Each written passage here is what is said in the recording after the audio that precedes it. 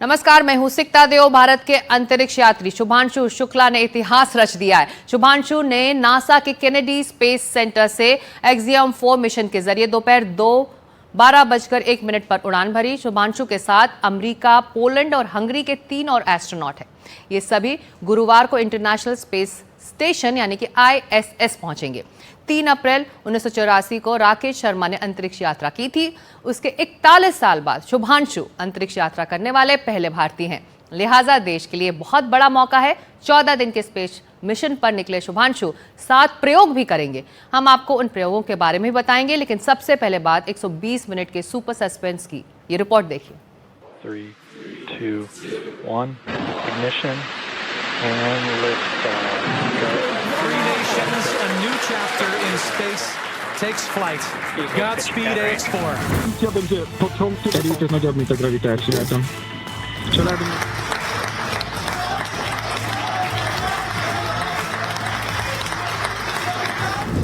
41 साल बाद कंधे पर तिरंगा सजाकर निकले एक भारतीय ने देश को अंतरिक्ष से संदेश दिया। नमस्कार मेरे प्यारे देशवासियों, व्हाट अ राइड। 41 साल बाद हम वापस अंतरिक्ष में पहुंच गए हैं। 41 साल बाद भारत के लाल शुभांशु शुक्ला ने अंतरिक्ष में इतिहास लिख दिया। मेरे कंधे पे मेरे साथ मेरा तिरंगा है जो मुझे बता रहा है कि नहीं हूँ, मैं आपके साथ हूँ। 41 साल बाद देश के बेटे का डंके की चोट पर ऐलान, हिंदुस्तान की मुट्ठी में आसमान। ये मेरे इंटरनेशनल स्पेस स्टेशन की जर्नी की शुरुआत नहीं है, ये भारत के ह्यूमन स्पेस प्रोग्राम की शुरुआत है। मां की आंखों में खुशी के आंसू,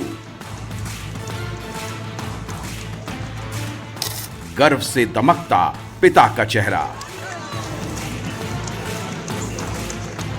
भारतीय समय के मुताबिक दोपहर 12:01 पर एक्सियोम 4 मिशन के तहत स्पेस एक्स के फॉल्कन 9 रॉकेट ने फ्लोरिडा के केनेडी स्पेस सेंटर से इंटरनेशनल स्पेस स्टेशन के लिए उड़ान भरी। इसके साथ ही स्क्रीन पर नजरें गड़ाए बैठा पूरा देश झूम उठा।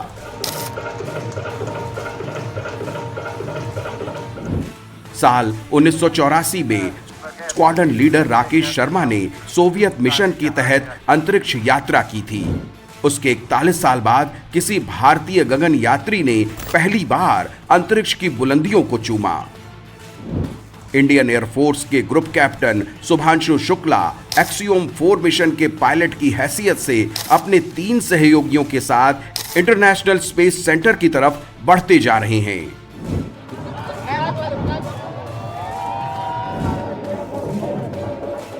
अंतरिक्ष में पहुंचने के बाद एक्सियोम 4 मिशन की अगली बड़ी चुनौती गुरुवार शाम करीब 4:30 बजे शुरू होगी, जब dragon spacecraft international space station के साथ जुड़ने यानी डॉकिंग की प्रक्रिया शुरू करेगा। लॉन्च के बाद से यह प्रक्रिया सबसे ज्यादा जटिल होती है। देखिए, मिशन पायलट का काम यह है कि अभी जो जैसे ड्रैगन जो स्पेसशिप है ये ऑर्बिट पे पहुंच गया है, इसको फाइनल जब ISS से मिलने के लिए लगभग 200 किलोमीटर और ऑर्बिट इंक्रीज करना है। तो वो जो पूरा प्रोसेस हो रहा है इसको मॉनिटर करना है ना, और उसके बाद डॉकिंग की स्टेज आएगी। तो ये मोस्टली इसमें ये है, सारे सिस्टम ऑटोमेटेड होते हैं आजकल। पायलट को जब कोई इसमें दिक्कत आती है, कोई मतलब कोई रिस्पॉन्स ठीक से नहीं मिल रहा होता है सिस्टम से, तब मैनुअली ओवरराइड करके वो खुद चलाता है। तो पायलट का मेन काम है कि सारे प्रोसेस ठीक चल रही हैं, ऑर्बिट मतलब ऑर्बिट में राइजिंग के मेन्यूवर, फिर डॉकिंग के लिए सही डिस्टेंस पे पहुंचना, कम्युनिकेट करना ISS के साथ कि और आपका लगभग आपका मेरे ख्याल से जब 20 मीटर की डिस्टेंस पे रुक जाएंगे उससे, और फिर वहां से अंदर से ISS से मतलब जब ओके मिलेगा तब जाके डॉकिंग की प्रोसेस शुरू करना। क्या होता है कि ये एक अलग स्पेसशिप है, इंटरनेशनल स्पेसशिप बहुत बड़ा एक मतलब बेस है। तो वहां पे क्या होता है कि स्पेशल पोर्ट बनाया हुआ है जहां पे जाके आपका ये ड्रैगन जाके वहां पे उससे कनेक्ट होगा, फिर इसकी विंडो खुलेगी और उसकी विंडो से मैच करनी। तो दोनों का सिस्टम ऐसे बनाया हुआ है कि एक दूसरे के कॉम्प्लीमेंट्री होते हैं, कि जिस तरह से इसमें 3 उसमें पोर्ट उसमें है, 3 पेटल इसमें, वो से जाके जुड़ेंगे, फिर उसके बाद कनेक्शन होने के बाद फिर ये जो आपका जो ड्रैगन है उससे जाके कनेक्ट होगा। ये सारी प्रोसेस मोस्टली ऑटोमेटेड है। Only in case of emergency जो हमारे कैप्टन शुक्ला को उसे मैनुअली करना पड़ेगा। ये वही चुनौती है जिस पर पूरी दुनिया की नजरें हैं। पूरे मिशन की कामयाबी का पूरा दारोमदार इस कामयाब डॉकिंग पर टिका है। ड्रैगन कैप्सूल जैसे ही आईएसएस के करीब पहुंचेगा, आईएसएस के हार्मनी मॉड्यूल के डॉकिंग एडेप्टर से जुड़ने की प्रक्रिया अपने आप शुरू हो जाएगी। स्पेसक्राफ्ट का सॉफ्ट कैप्चर सिस्टम आईएसएस के डॉकिंग पोर्ट के संपर्क में आएगा, जिसके बाद डार्क कैप्चर के लिए मैकेनिकल लॉक एक्टिव हो जाएंगे।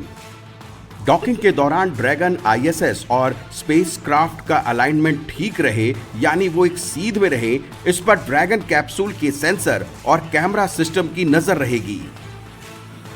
स्पेसक्राफ्ट और आईएसएस के अलाइनमेंट की प्रक्रिया पूरी तरह से ऑटोमेटेड होती है, लेकिन क्रू मेंबर और ग्राउंड कंट्रोल इसकी निगरानी करेंगे।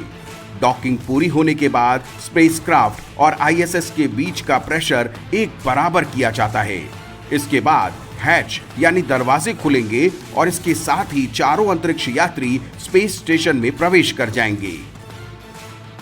इंटरनेशनल स्पेस स्टेशन पे 7 एस्ट्रोनॉट ऑलरेडी हैं और इस एक्सियम 4 मिशन, जिसको कि अक्सर मैं मिशन आकाश गंगा बोलता हूं, उसमें 4 एस्ट्रोनॉट गए हैं। तो ये 4 एस्ट्रोनॉट क्रू ड्रैगन से निकलेंगे और इंटरनेशनल स्पेस स्टेशन पे जाएंगे। तो जो ग्रीटिंग होगी वो इंटरनेशनल स्पेस स्टेशन में कमांडर, जो आजकल एक जापानीज एस्ट्रोनॉट हैं, वो उनको रिसीव करेंगे और फिर वहाँ से थोड़ी बातचीत होगी धरती के साथ और उसके बाद उनका 14 दिन का कार्यक्रम जो है अंतरिक्ष स्टेशन पे शुरू होगा। हर मिनट शुभांशु शुक्ला का अंतरिक्ष में बिल्कुल लॉग्ड है। तो अंतरिक्ष में जाने के बाद पहला खाना खाया, पहली बारी सोए और अब डॉकिंग के लिए जाएंगे। मुश्किल काम है, लेकिन उम्मीद है सही तरह से अंजाम देंगे। सुनने और देखने में ही भले ही ये बेहद आसान लगे, लेकिन ये एक जटिल प्रक्रिया है। इसमें जोखिम भी होता है और वक्त भी लगता है। डॉकिंग में टोटल जो पूरी प्रोसेस है मेरे ख्याल से 2 घंटे पहले शुरू हो जाएगी और उसमें एग्जैक्ट जब टाइम होगा मेरे ख्याल से कि 5-7 मिनट पहले हमको पता चल जाएगा कि ठीक से डॉकिंग हो रही है और सारा प्रोसेस कंप्लीट हो गया। डॉकिंग इस मिशन का सबसे महत्वपूर्ण हिस्सा है, क्योंकि गड़बड़ी की जरा भी गुंजाइश नहीं है। क्योंकि भगवान न करे, लेकिन ऐसा हुआ तो खतरा बहुत बड़ा है। क्योंकि ड्रैगन कैप्सूल में सवार क्रू मेंबर आईएसएस के हार्मनी मॉड्यूल से सही ढंग से जुड़ नहीं पाएंगे।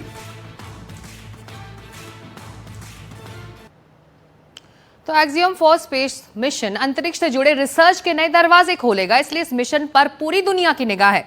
इंटरनेशनल स्पेस स्टेशन पर जाने वाले ऐसे किसी भी मिशन के लिए सबसे लॉन्च के बाद बड़ा महत्वपूर्ण और चुनौती बड़ा पड़ाव होता है डॉकिंग का। इसका पूरा प्रोसेस करीब 120 मिनट का होता है, यानी कि 120 मिनट सबसे ज्यादा सावधानी वाले होते हैं।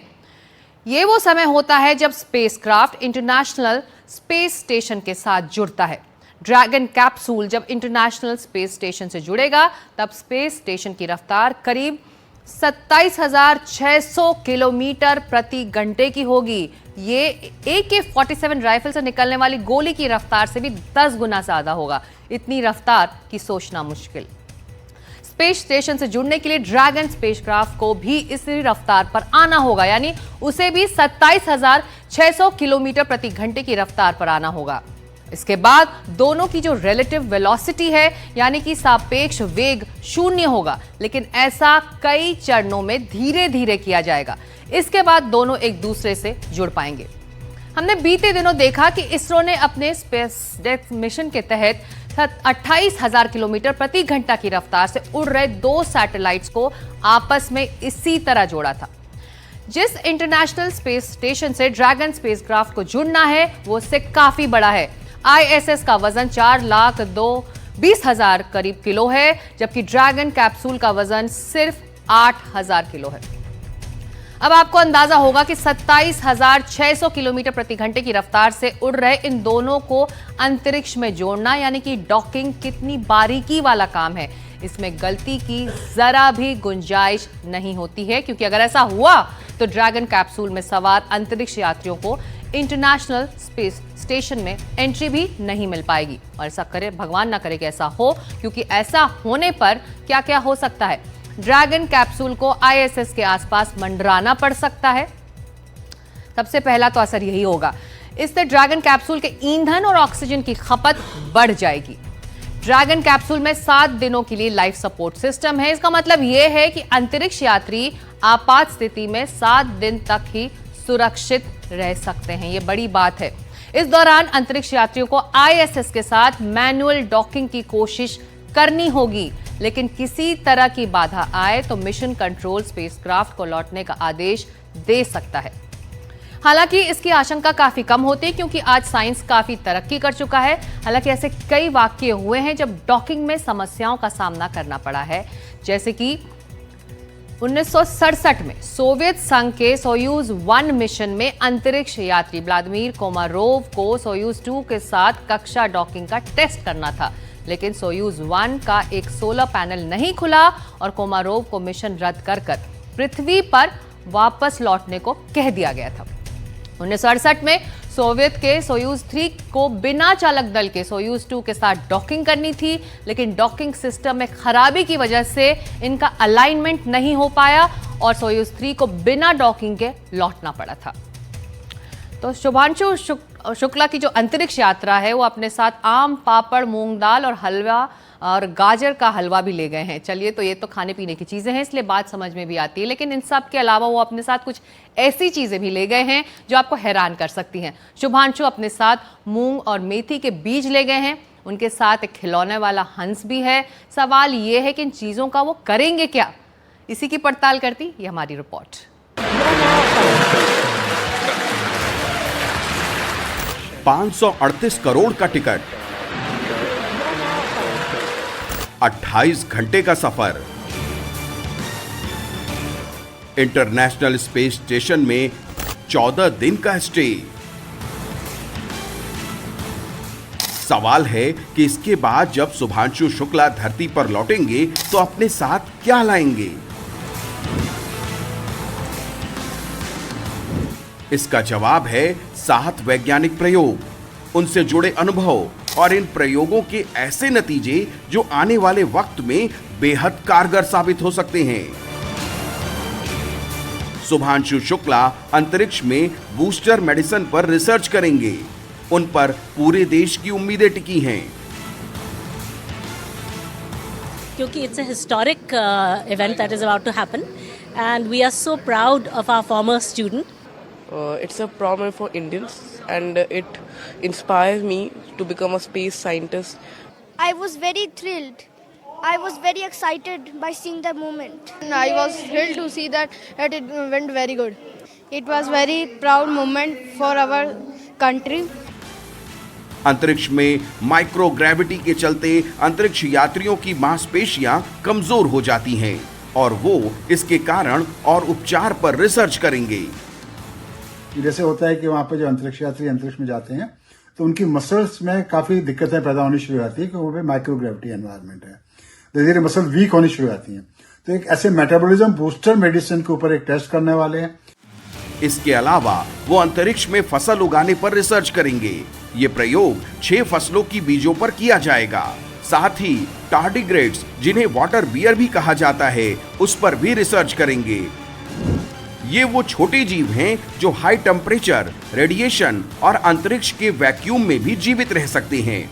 ये प्रयोग अंतरिक्ष में जीवों की सहन शक्ति को समझने में मदद करेगा। इसके अलावा दूसरा जो टेस्ट है कि फ्यूचर में जो हमारी स्पेस कॉलोनी या स्पेस स्टेशन बनेगा, उसके अंदर एनवायरनमेंट मेंटेन करने के लिए हम एक ऐसे बैक्टीरिया पे एक्सपेरिमेंट होने हैं जिनको साइनोबैक्टीरिया कहते हैं। ये साइनोबैक्टीरिया धरती पर जो ऑक्सीजन हम इस्तेमाल करते हैं उसके आधे ज्यादा ऑक्सीजन साइनोबैक्टीरिया बनाते हैं, तो उनके ऊपर एक्सपेरिमेंट किए जाएंगे। इस मिशन में शुभांशु शुक्ला के साथ साथ एन मैकलेन, निकोल आर्यस और पैगी विटसन भी शामिल हैं। लेकिन 140 करोड़ भारतीयों की उम्मीदें शुभांशु शुक्ला पर टिकी हैं, क्योंकि शुभांशु के रिसर्च भविष्य में कई चीजों में काम आ सकती हैं। ISS पहुंचकर शुभांशु 3 तरह के माइक्रो एल्गी, मेटाबॉलिज्म और जेनेटिक्स पर भी रिसर्च करेंगे। एल्गी के ऊपर एक्सपेरिमेंट किए जाएंगे कि जो फ्यूचर का फूड है, इनको सुपर फूड भी कहा जाता है, उसके ऊपर एक्सपेरिमेंट किया जाएगा। एक बहुत ही माइक्रोस्कोपिक एनिमल होता है, उसको हम टार्डिग्रेड बोलते हैं, उसके बारे में कहा जाता है कि वो स्पेस का सुपरमैन है। तो उसके बिहेवियर, उसके ऊपर स्पेस एनवायरनमेंट का क्या असर होता है, उसके ऊपर एक्सपेरिमेंट किए जाएंगे। शुभांशु शुक्ला अपने साथ जॉय नाम का एक सफेद खिलौना हंस लेकर गए हैं, जो उन्हें शून्य गुरुत्व वाले माहौल को दिखाने में मदद करेगा। वो इस मिशन के दौरान छात्रों और लोगों से जुड़ने के लिए बातचीत भी करेंगे।